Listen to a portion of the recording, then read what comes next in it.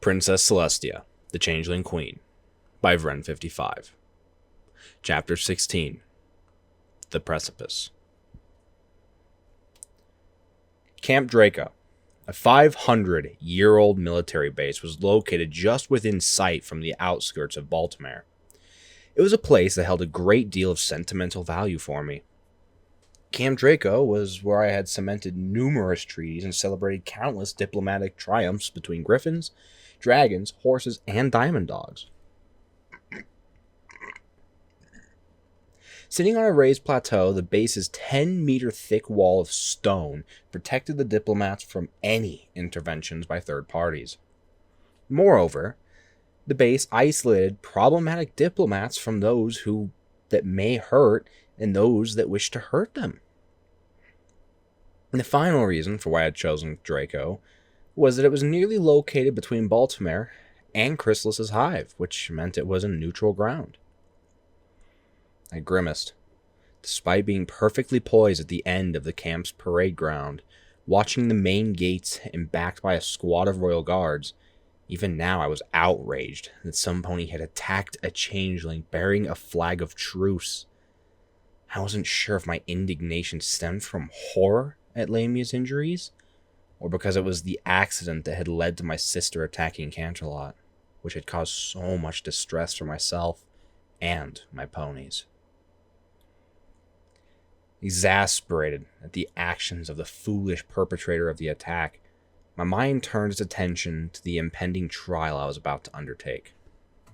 The paralyzing fear I had for my sister had somewhat lessened, but I was highly apprehensive of her motives, and I knew I could not let my guard down. And maybe it was after meeting with her that I realized she was still just a changeling queen, and not the specter that haunted my memories. My hate had not gone away, though. Every time Chrysalis's name was mentioned, I could not stop recalling my mother's death. There was no doubt Chrysalis would sense my suspicion, but there was nothing I could do to change it. Despite being distracted by my thoughts, I noticed a pair of worried violet eyes gazing up at me. So I turned, left, and smiled. No need to worry about me, Cadence.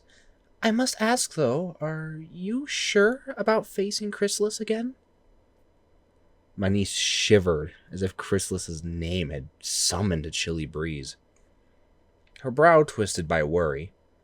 I don't know. Chrysalis shut me in the caves after all. But I just feel so sad for what happened to...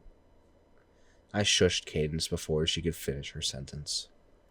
That's all right, my niece. Just remember that this knowledge is something no pony must know of.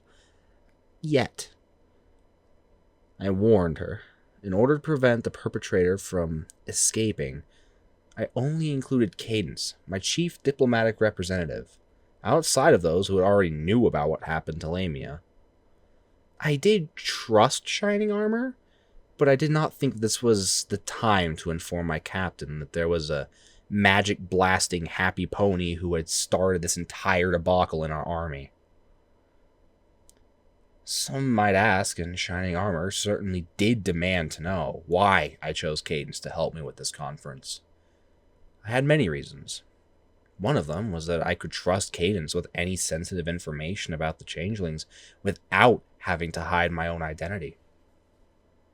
Moreover, despite a common belief that Cadence was a frivolous filly with a talent in matchmaking, I knew better. Cadence was an exceptional diplomat whom I trained personally and had written treaties that older negotiators would applaud. "How is thy husband?" inquired Luna. The princess of the night stood to my right. Resplendent in her regalia, confidence and anticipation exuded from every fiber of her body. Luna had made no attempt to hide her enthusiasm for the upcoming peace conference. It'd be the first time to sit at a negotiation table since her banishment. Beside her was Blue Blood. Officially, he was the representative of the Equestrian Parliament and House of Lords. In reality, I needed him to help me anticipate the political response to the solutions we were going to create in this conference. I also needed him to help me figure out how we are going to implement this conference's resolutions into equestrian law. Caden sighed. He's thrown himself into fortifying the camp, and while we still love each other just as much as our wedding day, he keeps avoiding the subject. I nodded. Just as I suspected, my captain's feelings for Chrysalis were too hostile to inform him of this new development. Not that I blamed him. I had a far greater grudge against my sister than Shining did. He'll come around, and here they are, I murmured as I noticed guards' ponies begin to rush back and forth across the top of the gates. I took a deep breath, ready to meet my sister once more. Chrysalis braced herself against the ground as the camp's ironclad gates began to slowly swing open. She had never felt more vulnerable in her life. Although she was accompanied by her black guard, composed of over 100 veteran chevaliers that she would entrust her life to.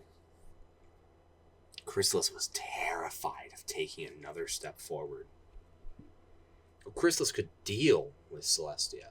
The nerve-wracking puzzle that was the Alicorn would be solved in time, and Chrysalis was sure that until then, she could hold her own on the negotiating table. Neither was Chrysalis worried about walking into the camp itself. She accepted that the only chance for her hive's salvation was to meet with Celestia and Luna. Mother, whispered Lamia. As Chrysalis's gaze momentarily focused on her daughter, the queen could not help but feel slightly exasperated. Lamia had refused to lean on a guard or be shielded by chevaliers. Instead, she had demanded to stand next to her mother and accompany her during the conference. Her daughter's persistence to endanger herself had aggravated Chrysalis to no end. She had enough to be stressed about without needing to worry about her crippled daughter's well-being. Mother, I can take care of myself, said a quiet voice. Chrysalis blinked and gulped at her daughter's quiet, accusing stare.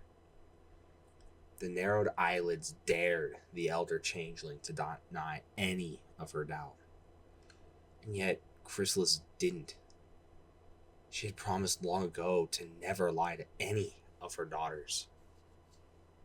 Lamia.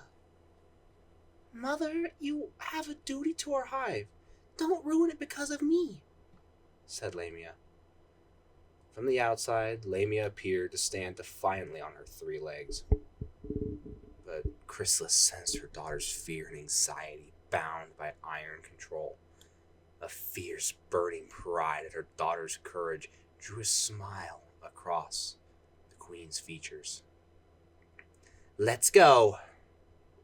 Chrysalis proudly strode forward into the new open gates, her daughter keeping in step beside her. Behind them were their black guard chevaliers in dark blue armor and bearing an assortment of warhammers, polearms, and flails.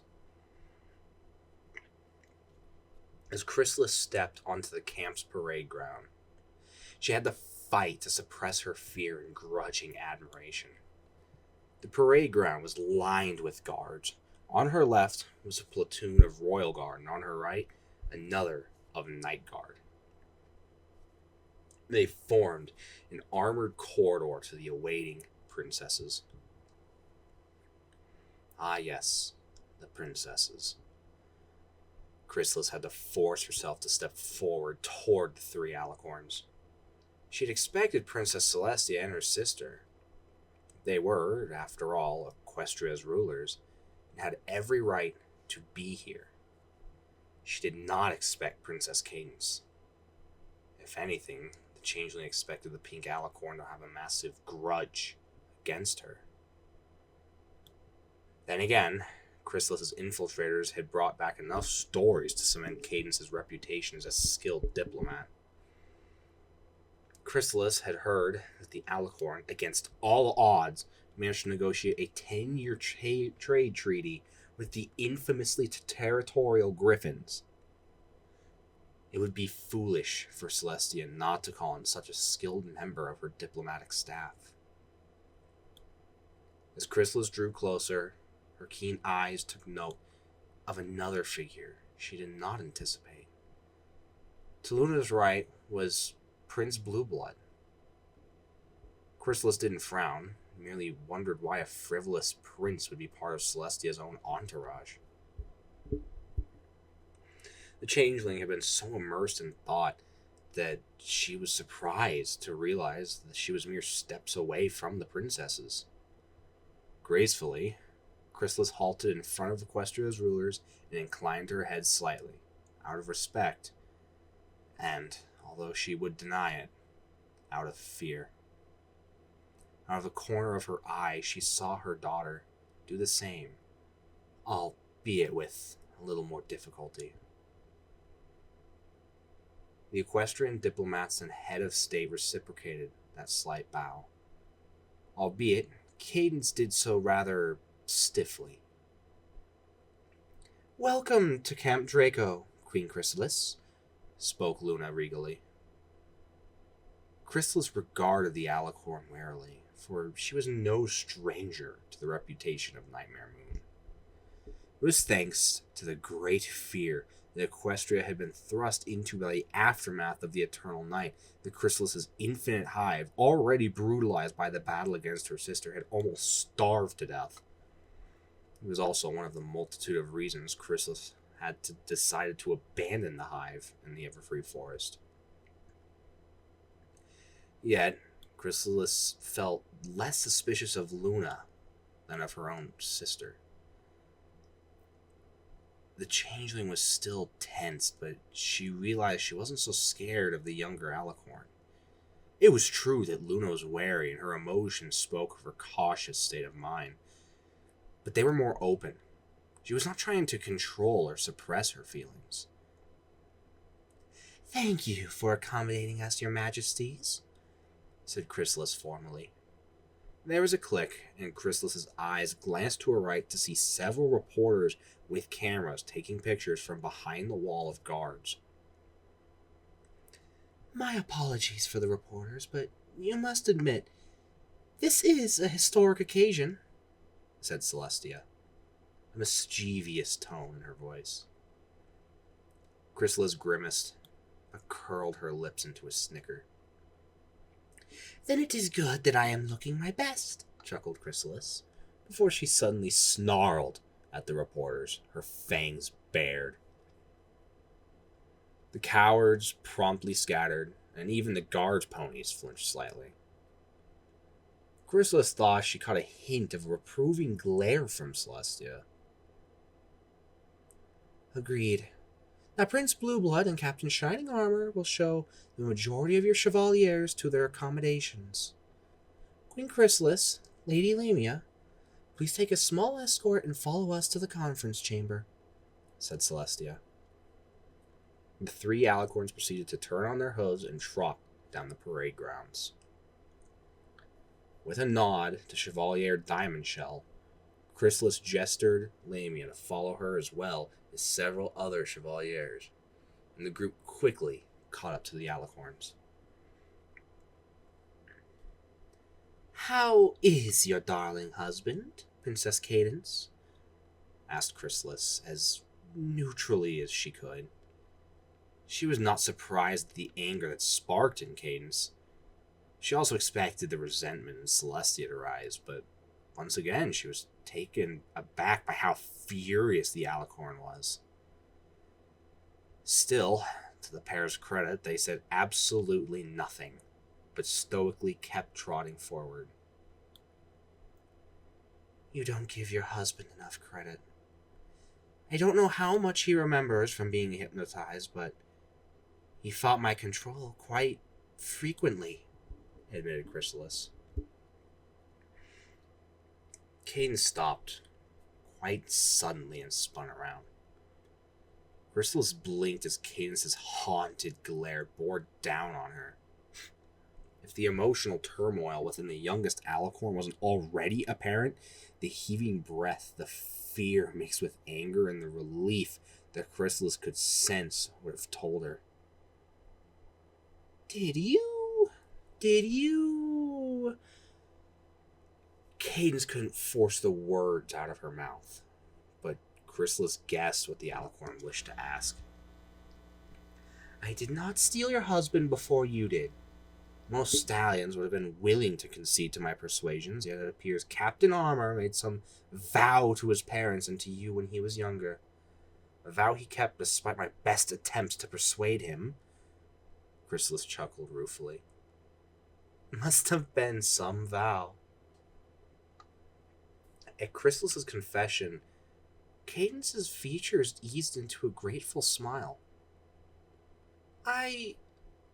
Thank you for telling me this, said Cadence. Chrysalis raised an eyebrow in amusement as the alicorn gave a short bow and continued to walk as if nothing had gone amiss. Luna followed, and Celestia, after a momentary, almost contemplative pause, did so as well. Chrysalis did notice the slight spring in Cadence's step, and she was not the only one. Perhaps you should get in the habit of telling the truth more often, Mother, thought spoke Lamia, amusement clear in her message. Chrysalis snorted inwardly, but couldn't help but wonder about her daughter's suggestion. Maybe she should tell the truth more often. It certainly seemed to make some ponies happy. Lunchtime. Lamia groaned as she limped down the corridor. Her mind was so full of terms, suggestions, ideas, and none of them seemed to fit with each other. All throughout the morning, her mother and Celestia had discussed about when and where would changelings be allowed to use their disguises within Equestria. And by discussed, Lamia meant exchanged glares, spoken polite but barbed tones, and insulted each other under their breath.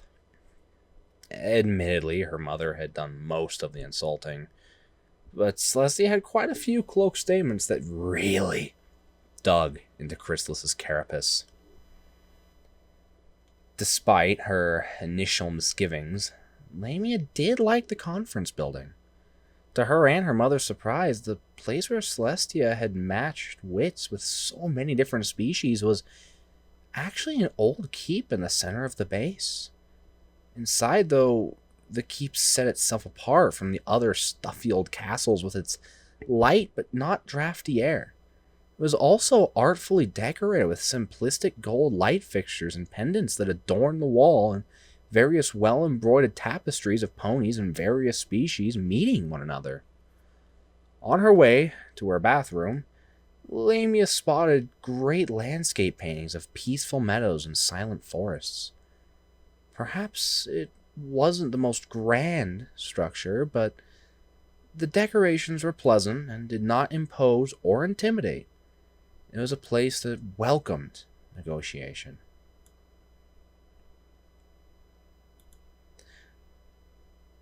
Lady Lamia. As steadily as she could with 3 legs, Lamia began to turn herself around to face the pony who addressed her. But as the changeling tried to hop on her front leg, she slipped. Lamia cried out in dismay as she slammed onto the floor, face first. The changeling grit her teeth at her ignominious position and the pain in her snout and vainly tried to raise herself off the floor. But without her left leg to support her, Lamia kept rolling to her left.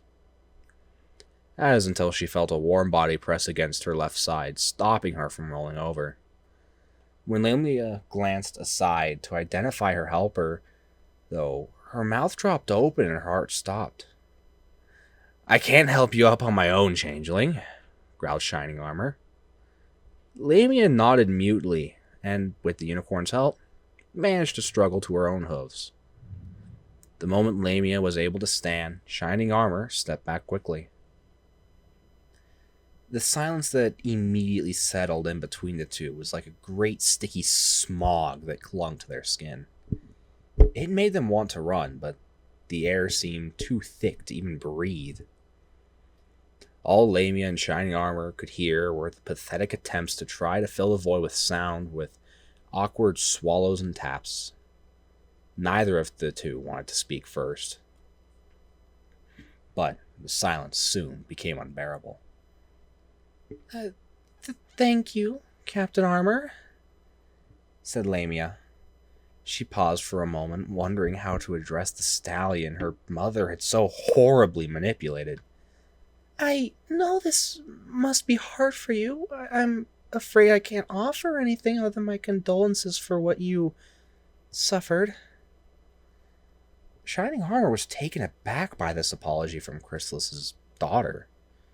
Yet somehow his emotions that were in complete turmoil began to relax. Thank you, Lady Lamia, but I was just doing my job. Shining Armor took a deep breath as he wondered what to say next. Alternia had explained the circumstances for Chrysalis's attack and how she'd been forced to do so because her hive was hungry. Although Shining was furious and very wary of the Changeling Queen, he could not deny the reasons behind her attack. Besides, while the Changelings hadn't held back, they hadn't killed any of his guard either. And I do, to an extent, understand your mother's action. After all, as captain of the guard, I know the demands of duty. Lamia was quite surprised at Shining Armor's statement. At the same time, rather heartened. Not to mention the captain didn't even blink at her injuries. A luxury that she didn't even have in her own hive. With such armor, it's no wonder you're captain of the Royal Guard, said Lamia with a hint of a smirk. Shining Armor chuckled at the compliment, but wasn't able to stop his shame from seeping onto his face. Thank you, but I think we can all agree that my guard's deployment at Canterlot was substandard. The Changeling shrugged. You didn't expect an invasion, and we kept it that way. Your deployment would have been highly effective for a small intrusion or any terrorist attack. Not to mention our forces took longer than anticipated to subdue your guards. If I hadn't planned the assault personally, I think you would have managed to rally and overwhelm our hive, said Lamia. Shining Armor narrowed his eyes at Lamia. His muscles tensed. You planned the assault on Canterlot? Lamia winced, as if she had a spare leg. She would have put her hoof to her face in exasperation. Yes, I was trained by my mother to lead the Hive's army, so I did plan the assault. The unicorn frowned at Lamia, obviously annoyed, but the changeling could feel the unicorn's admiration and see his grimace. Well, I can't deny that you did a good job of it. Tell me, though, how did you manage to secure the Royal Guard barracks? Asked Shining Armor. The Changeling Queen winced. It wasn't easy. It was one of the major rally points in the castle, and I knew it would be well defended. Thus, I made it a priority target, using the surprise of our invasion to take it as speedily as possible, while the guards were occupied with my other forces. For as Shih Tzu said, loot the house while it burns.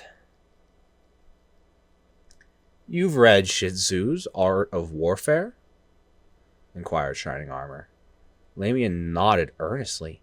I infiltrated an equestrian military academy and, borrowed some books, said Lamia. She groaned inwardly again as Shining Armor glared at her. This was not going across well. Another moment of silence settled in between the two. Well, let's see what you've learned. Come along, said Shining Armor curtly. Lamia was confused, but the captain's tone hadn't been unfriendly. So the changeling followed the unicorn until they reached a lounge. The pair sat down on two comfortable velvet couches, a coffee table between them. From below the glass coffee table, the captain levitated a box illustrated with battling ponies and a single bold title across it. Is that Stratego? Asked Lamia. The game was a classic equestrian game.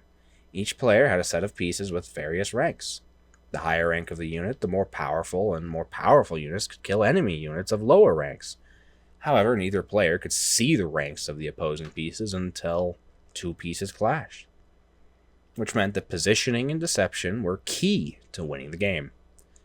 To make matters more deadly, each player had spies and bombs that could kill higher ranked units.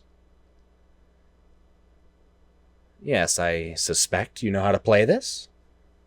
Lamia nodded. She had brought several sets back to the Changeling Hive on some of her trips to Equestria. She and her mother had played against each other for long hours on end. Her mother usually winning. Shining continued, interrupting Lamia's thoughts. They say the tacticians best understand each other through the battlefield. I don't completely believe in that saying, but since we can't seem to talk without stepping on each other's tails, perhaps a game would be a better idea, said Shining Armor. Then you better bring your best, Captain Armor. Changelings are masters at deception, chuckled Lamia. I intend to, said Shining with a polite smile. After deploying their troops, Shining flipped a bit to decide who would go first, and Lamia won the first move. The two began to move their pieces between the board's two lakes and confront each other. To Lamia's pleasure, Shining Armor was a very good player. After Lamia managed to kill some of the captain's lower rank pieces, he forced an attack that broke into the side of the board. Unfortunately, she had set up a trap with her mines and bomb pieces that destroyed several captain's higher ranked pieces. Graciously, the unicorn merely grimaced and quickly retreated his remaining forces. Now on the offensive, Lamia poured her units into the side of Shining Armor's board. Just as she finished one of her moves, though, the captain broke the silence. How many casualties did your hive suffer when my wife and I cast our spell? Asked Shining Armor quietly. Lamia bit her lip. She could still remember the halls littered with wounded changelings, and the sight of many drones who would not fight another battle. An unbearable cloud of sorrow and disappointment had soaked the hive in the days of the aftermath of the battle. And Lamia could not forget that, no matter how hard she tried.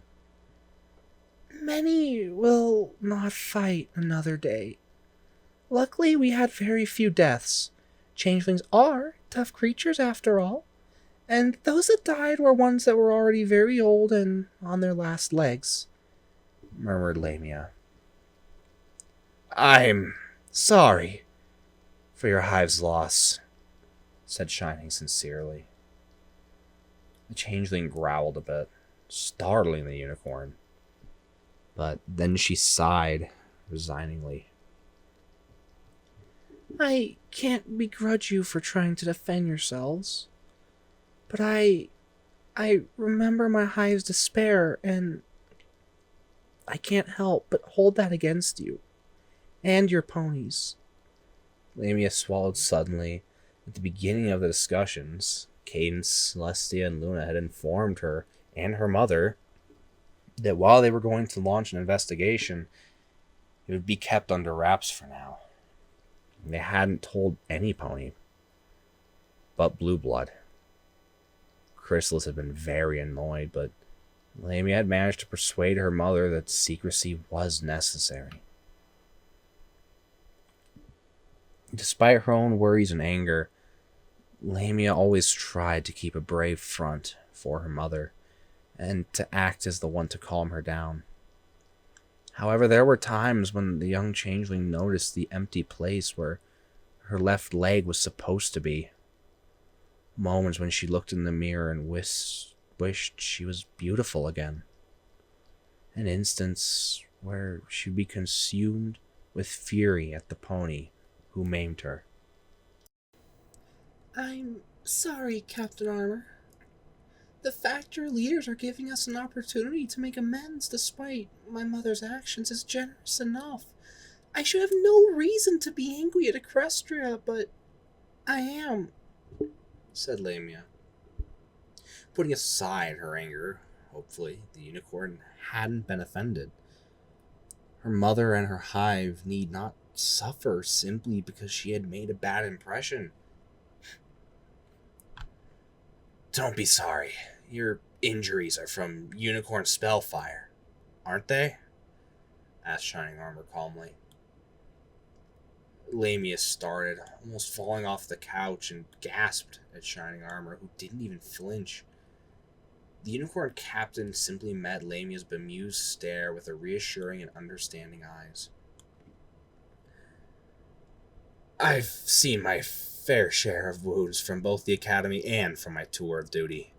While I may not be as powerful as my sister, Twilight, I'm still a skilled sorcerer trained by Marine Lepay and can identify spellfire wounds on sight. The degree and control of this damage is only consistent with Unicorn's magic. Shining Armor narrowed his eyes slightly.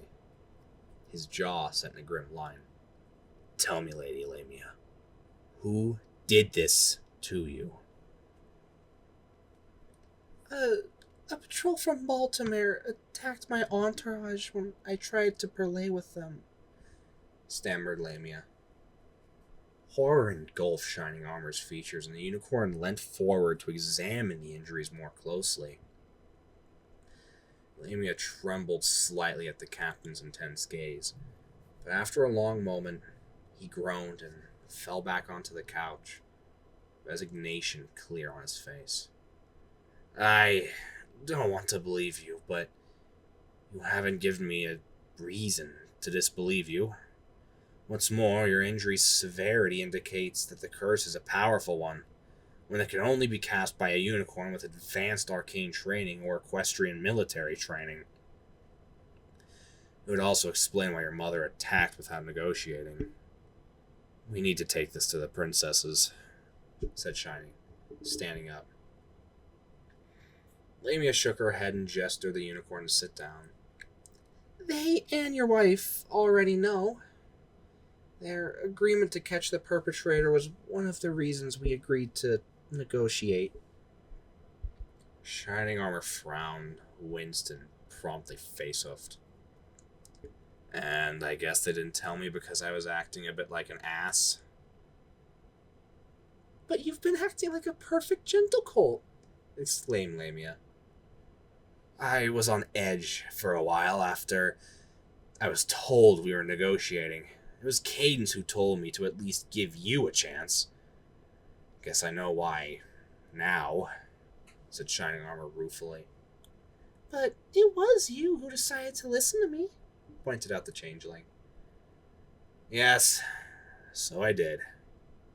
The two smiled at each other. By the way, my spy killed your marshal.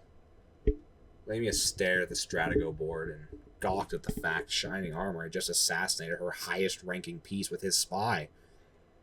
Not only that, she could see that he had a scout right in position to make a run at her flag. All right, I surrender. Have fun with the fact you beat an adolescent in Stratigo. After all, that same adolescent handed you your guards, their flanks at Canterlot, sniggered Lamia. Shining Armor snorted.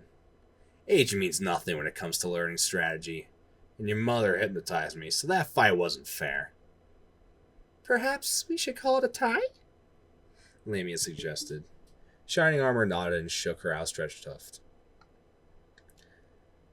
How about I introduce you to a favorite game of mine, said Shining Armor.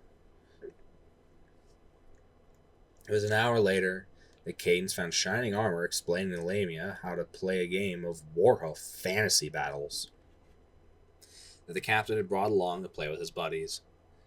The sight of Chrysalis's daughter hanging on her husband's every word promptly dropped Cadence's jaw to the floor. Dinner. Now the schedule of the conference, planned respectively by Cadence and Blueblood, had called for the dignitaries to have their lunch in private and dinner together. This was to promote communication and cooperation between both parties, and at the same time allow for both groups to have a degree of privacy. Now, the plan was good in theory, and both Cadence and Blueblood had done their best to accommodate the dining habits of the visiting changelings. Alternia had been vital in this regard. For one, she explained that the changelings still needed certain proteins and nutrients to supplement their diet of love. Hence, after further consulting Chrysalis, while making sure not to mention Alternia, Blueblood and Cadence had hired Gustave Legrand to prepare several meat dishes. Unfortunately, as most leading equestrian scientists, including one Twilight Sparkle regarding her pink-furred friend with cotton candy for hair, had learned, through much trial and error, reality doesn't always cooperate with theory. Alternia groaned inwardly as the servants, changelings and ponies, took away the dishes. Dinner had been silent. Trying to find a snippet of dialogue was trying to find a crumb of cupcake after Pinkie Pie had cleaned the platter. The only sound had been the click and clack of utensils poking and cutting food. Cadence and Blueblood seated everybody on a round table and mixed the seatings to promote conversation. Chrysalis was sitting in between Cadence and Luna. For good reason. They had decided not to place their aunt next to her actual sister. Instead, Alternia was seated next to Luna and Shining Armor. Beside Shining Armor was Blueblood, who was flanked by Lamia. Cadence ended up being sandwiched by Chrysalis and Lamia. This plan had backfired, though. There's still a massive wall of awkwardness between Cadence and Chrysalis, and the Changeling Queen seemed hesitant to talk to Luna. Cadence feared no better, and while she tried to make conversation with Lamia, Chrysalis's dagger-like gaze had severely dissuaded the Alicorn from pursuing a meaningful dialogue. Blueblood had come across Lamia as far too posh, and to Alternia's exasperation, while her nephew tried his best, he took far too much notice of Lamia's injuries. The subdued atmosphere persisted until the desserts were brought in. "Are those honey crystallized fruit bats I see?" said Chrysalis, her eyes wide. "Indeed. Are they to your liking?" asked Alternia politely, without thinking.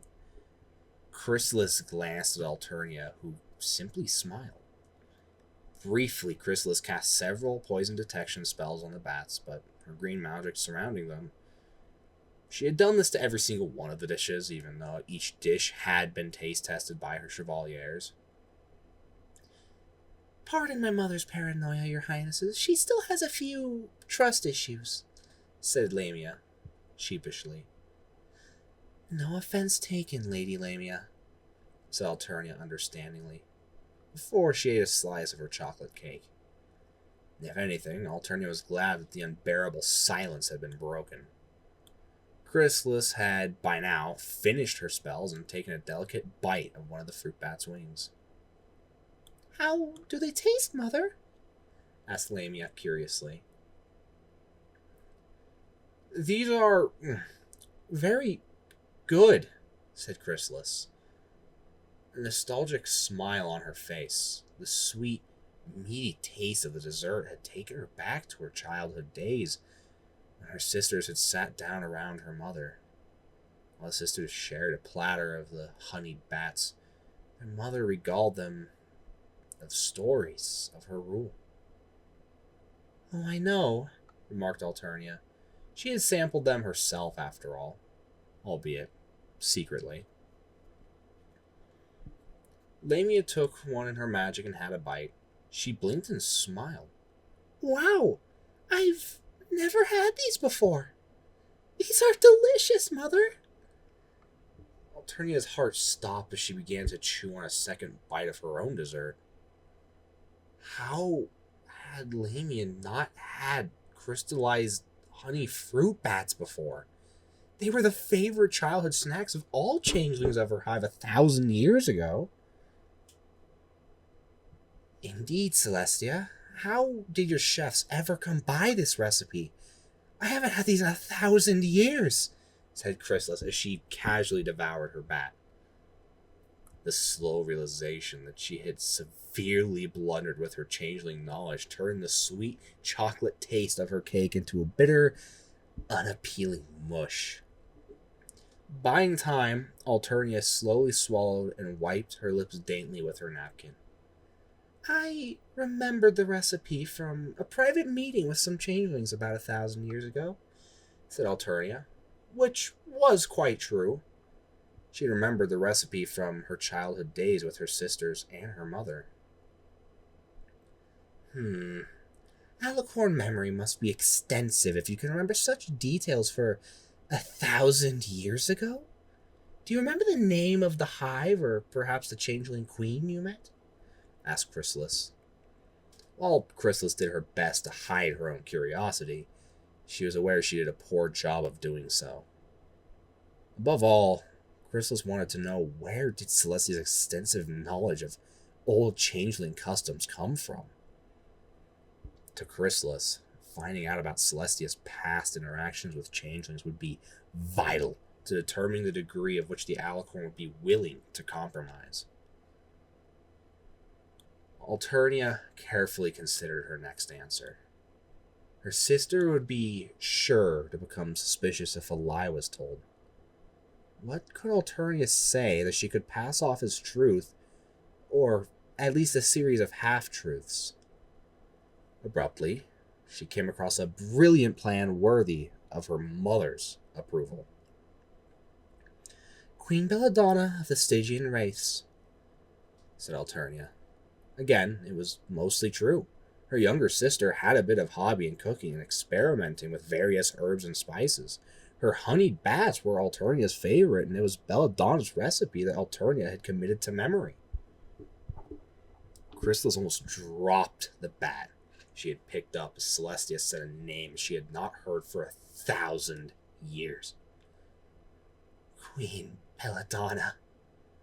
Where did you meet her, and what did you discuss? Asked Chrysalis. The changeling cringed as the questions left her mouth, especially as her daughter began to turn to her. Mother? Who is Queen Belladonna?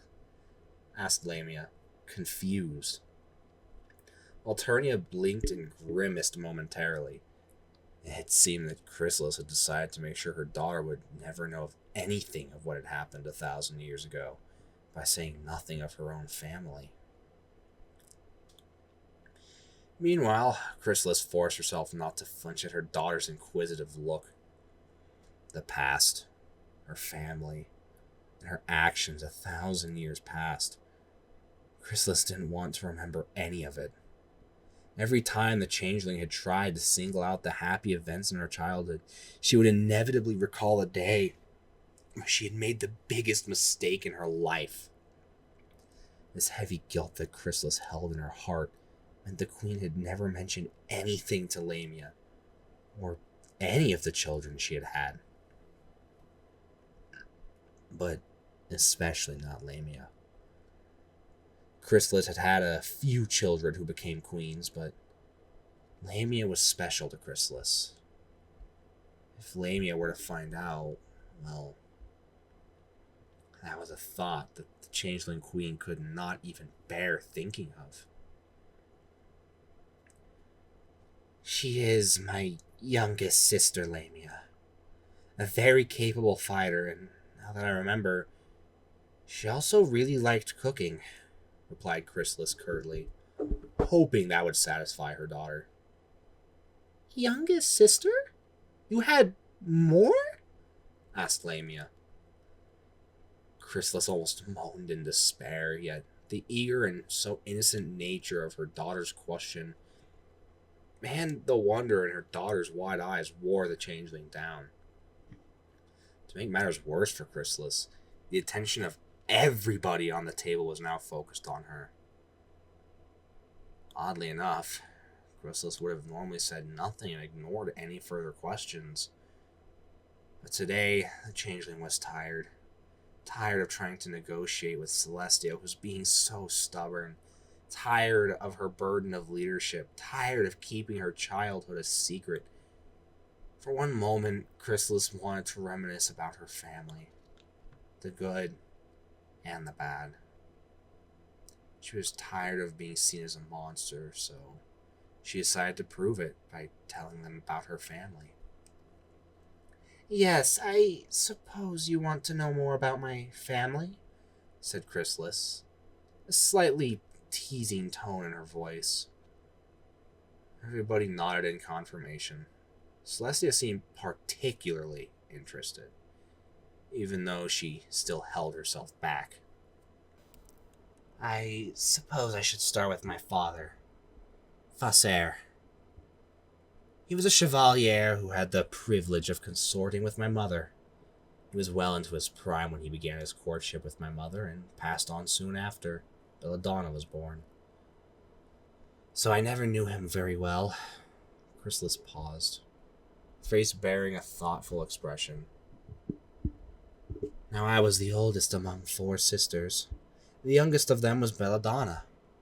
Perhaps you would like an image of her?" asked Chrysalis. Every pony nodded, especially Lamia, who looked as if hearth-warming Eve had come early. A stocky changeling queen, same image from Alternia's flame spell, rose in the center of the dining table. Except, instead of Alternia's image of Belladonna in a relaxed combat stance, this version was wielding a gigantic spiked flail, her smile wide with delight.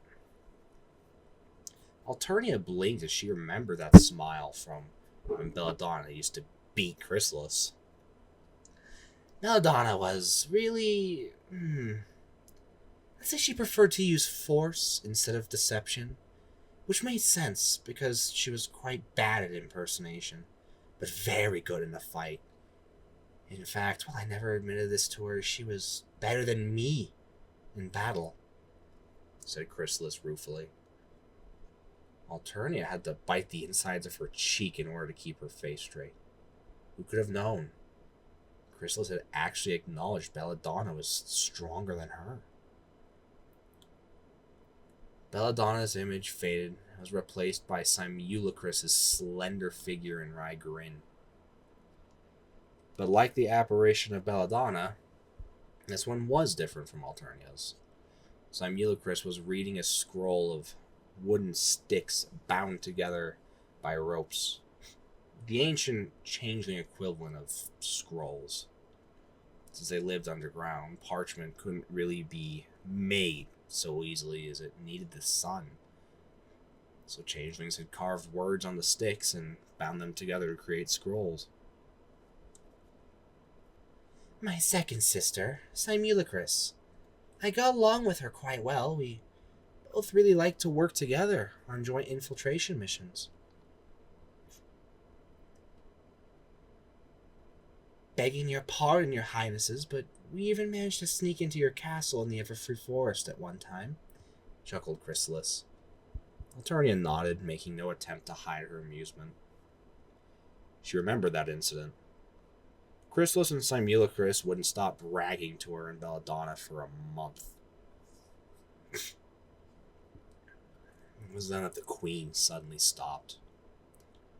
Her eyes suddenly focused on the table. The changeling's shoulders had noticeably sagged down. Everybody waited with bated breath. Mostly the ponies, but Lamia as well. The anticipation in Alternia's own heart was overwhelming. She leaned forward, preparing to catch every word her sister was about to say. My younger sister, Alternia, said Chrysalis quietly. The flame on the table rose higher and higher, its tendrils carving a familiar shape into the air, of a tall, slender changeling queen with a small, mischievous smile. At first, it would appear that Chrysalis's image of Alternia was simply standing, a contrast to the earlier depictions. As Alternia studied her own reflection closely, the open stance she was in, an understanding light in her eyes, it was as if she was watching herself accept an apology. I didn't get along with her quite so well. I always competed with her for my mother's favor. Our relationship as sisters was always defined by our competition against each other. In fact, I kind of hated her.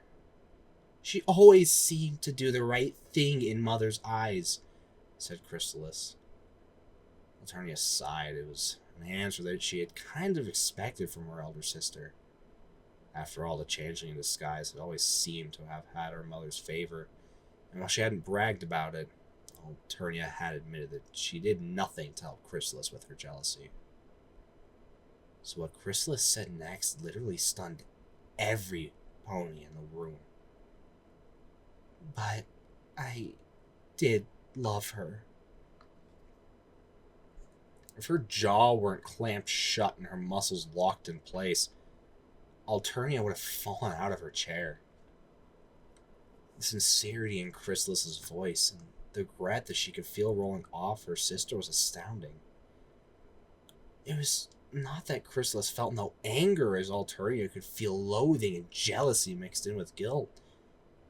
However, the fact that her sister did feel guilty for what she had done was shocking. Mother, you've told me and every pony else enough, said Lamia softly. Chrysalis shook her head slightly and gave a pained smile to her daughter. Well, I can hardly end the description of our family without saying another thing about my mother. Without hesitation, Chrysalis's horn glowed once again, and the imperious form of Camellia rose onto the table.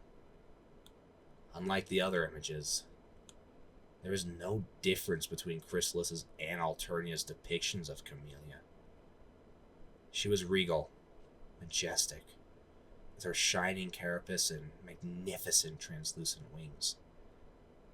And yet, Camellia wore a gentle, motherly smile. Impressive, isn't she? Chrysalis smirked at the ponies before continuing. My mother Camellia was unquestionably the best mother a changeling could ever have. She taught me everything, and her words still teach me today. You could say she is my role model. The magical flames finally vanished, and Chrysalis took another honey-covered fruit bat. And that is my family. Any questions? Chrysalis glanced at the entranced ponies. They seemed rather silent. Still, at least they had been attentive. Mother, that was awesome! Thank you! Squealed Lamia as she leant over Cadence to embrace her mother. The pink alicorn quickly scooted back to allow the pair to do so. Alternia watched mother and daughter hold each other tightly, her mind askew. For 1,000 years since the night her sister had tried to kill her, she had always been haunted by a wraith of Chrysalis, a specter of a resentful evil. Chrysalis, who hated her younger sibling and pursued Alternia in her fitful dreams.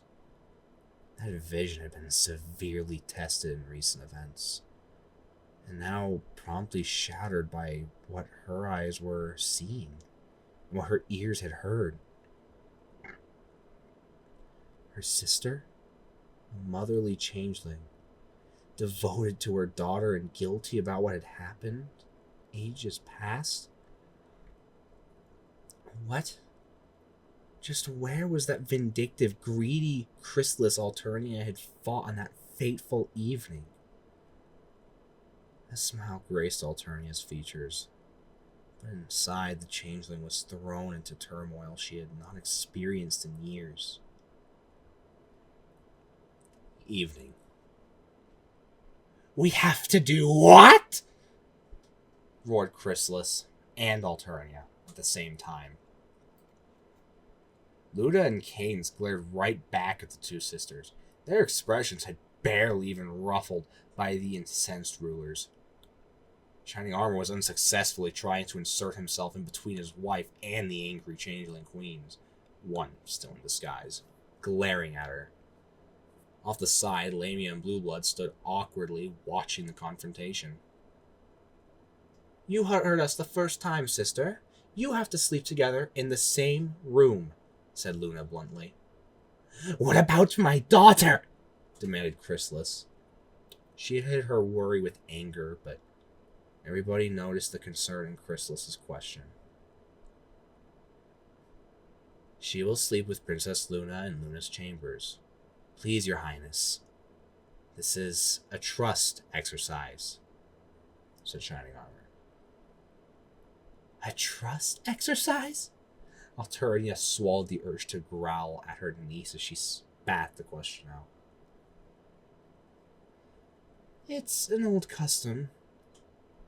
Do you not remember, sister? We made untrusting diplomats sleep in the same room.